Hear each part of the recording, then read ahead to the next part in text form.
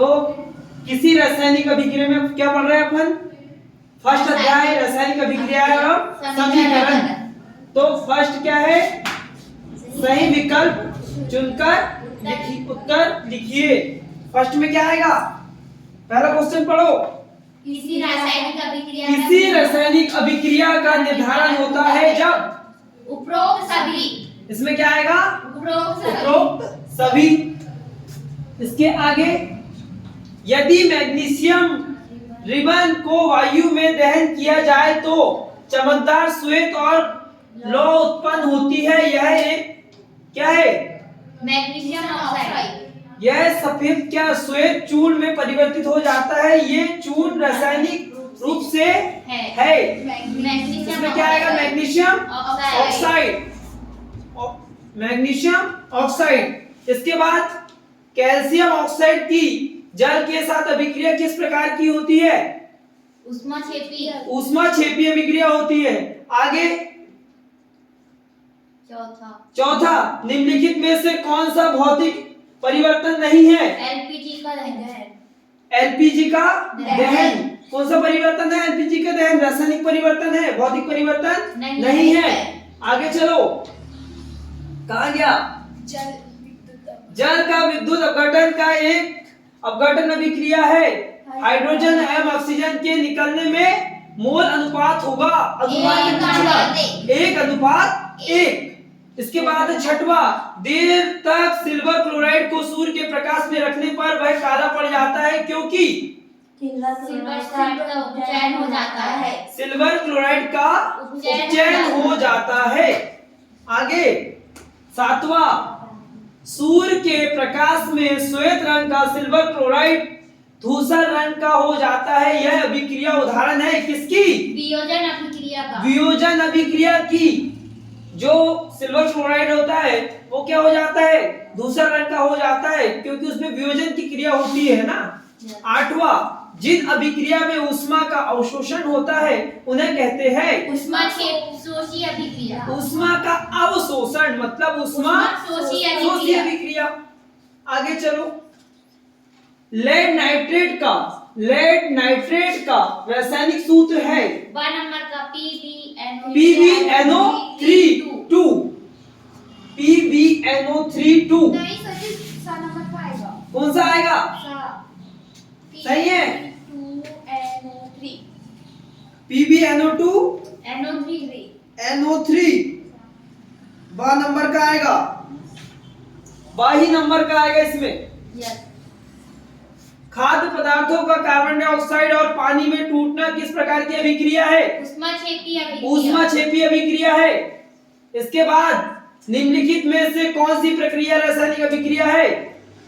निम्नलिखित में से कौन सी प्रक्रिया रासायनिक अभिक्रिया है? चाइना डिश में पेट्रोल को खुले हुए में रखना क्या है? किसका उदाहरण है? रासायनिक अभिक्रिया का उदाहरण है। अब 12वां नंबर का, निम्नलिखित में से कौन सी एक रासायनिक अभिक्रिया नहीं है? बेटा इन क्वेश्चनों को ऐसा करना, जब ये क्वेश्चन आते हैं ना इनको पूरा पढ़ना है। निम्नलिखित में से कौन सी रासायनिक अभिक्रिया नहीं है पूछता है ना। है मत लिख लेना, नहीं है तो क्या नहीं है इसमें से? बर्फ का पिघलना। सोने और अगला क्वेश्चन है 13वां नंबर का, सोने और प्लेटिनियम को गलाने वाले अम्ल का क्या नाम है? सोने और प्लेटिनियम को गलाने वाले अम्ल का नाम एक्वारेजिया है ना। अगला, किसी रासायनिक अभिक्रिया में भाग लेने वाले पदार्थ कहलाते हैं अभिकारक कहलाते हैं। अगला कौन सा है? 15वां नंबर का, ऊष्माक्षेपी अभिक्रिया का उदाहरण नहीं है जल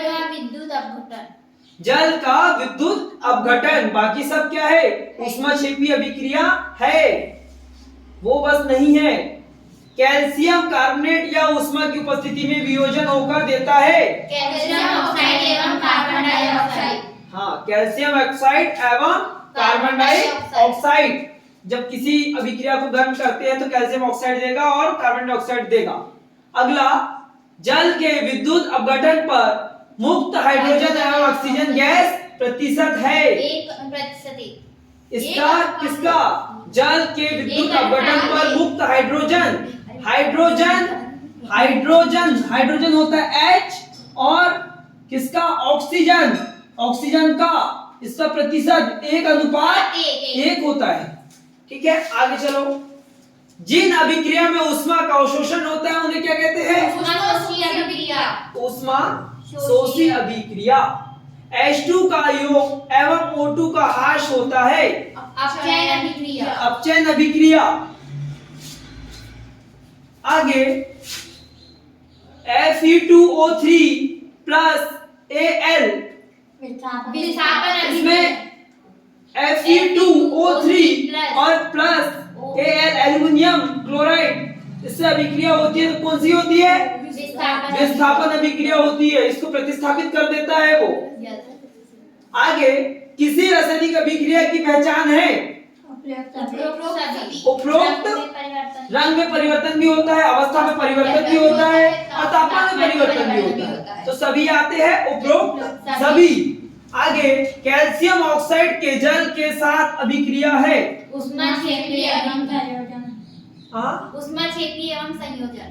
ऊष्माक्षेपी एवं संयोजन। तीसरा वाला सही आएगा, है ना? आगे चलो, संयोजन अभिक्रिया का उदाहरण है कैल्शियम ऑक्साइड की जल के साथ अभिक्रिया। संयोजन अभिक्रिया पूछ रहा है। अगला क्वेश्चन, किसी रासायनिक अभिक्रिया में बनने वाले पदार्थ को क्या कहते हैं? उत्पाद कहते हैं। अभिक्रिया में भाग लेने वाले पदार्थ को अभिकारक कहते हैं और बने पदार्थ को उत्पाद कहते हैं।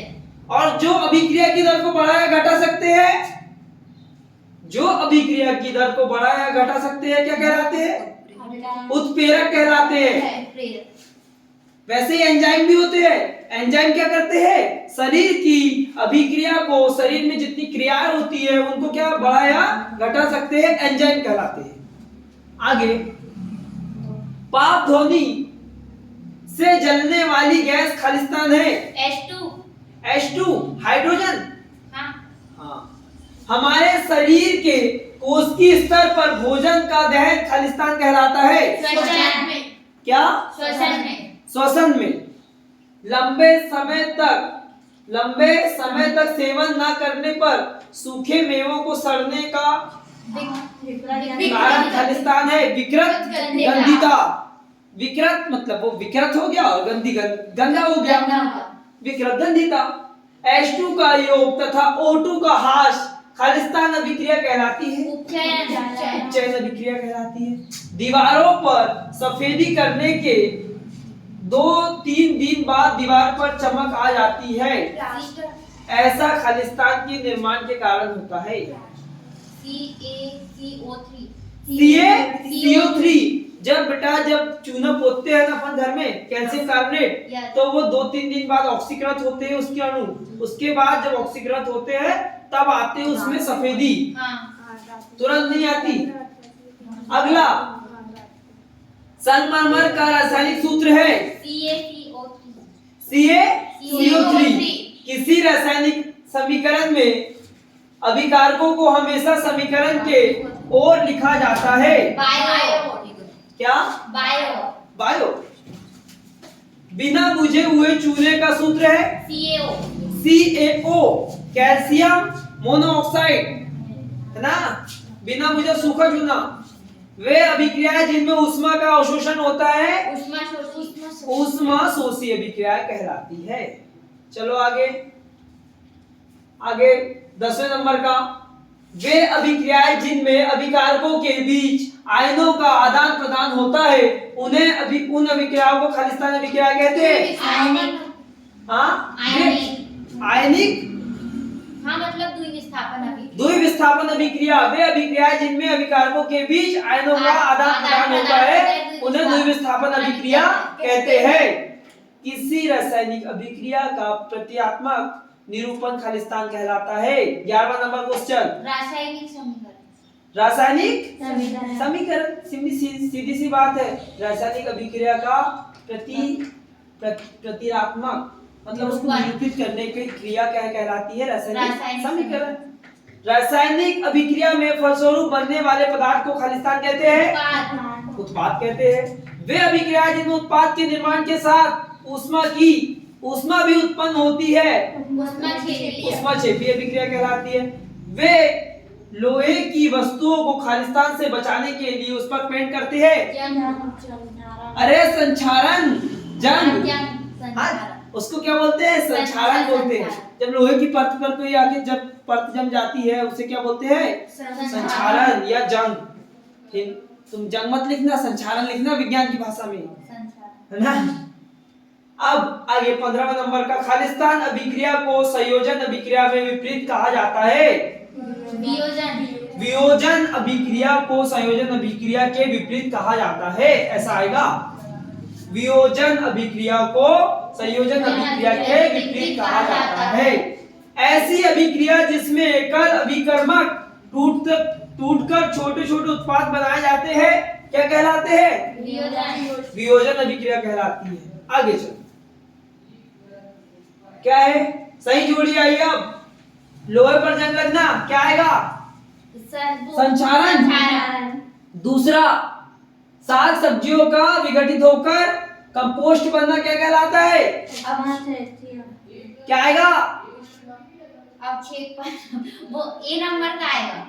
अवक्षेपण अभिक्रिया। हाँ? साग सब्जी का क्या विघटित होकर कंपोस्ट होना अवक्षेपण कहलाता है। ऊष्माक्षेपीय अभिक्रिया।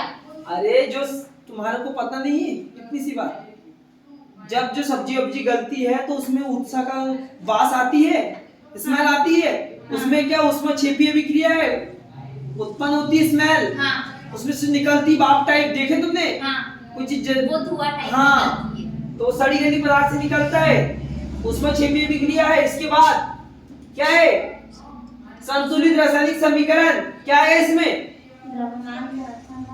द्रव्यमान संरक्षण का नियम। संतुलित रासायनिक समीकरण, द्रव्यमान संरक्षण का नियम। इसके बाद मीथेन का दहन, ऊष्मीय वियोजन।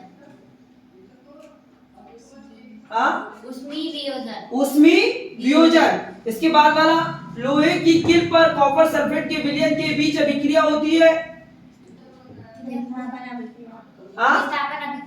विस्थापन अभिक्रिया। ठीक है। अगले कौन सा है? अविलेय लवण का निर्माण, रासायनिक अवक्षेपण अभिक्रिया। अवक्षेपण अभिक्रिया आएगा उसमें। हाँ। अविलेय लवण का निर्माण अवक्षेपण अभिक्रिया आएगा। आगे कौन सा ये बचा ना? रासायनिक अभिक्रिया में भाग लेने वाले पदार्थ अभिकारक। विकिरण गंधिता से बचाव के लिए प्रतिऑक्सीकारक जो बचेगा वो उसमें आएगा। ठीक है।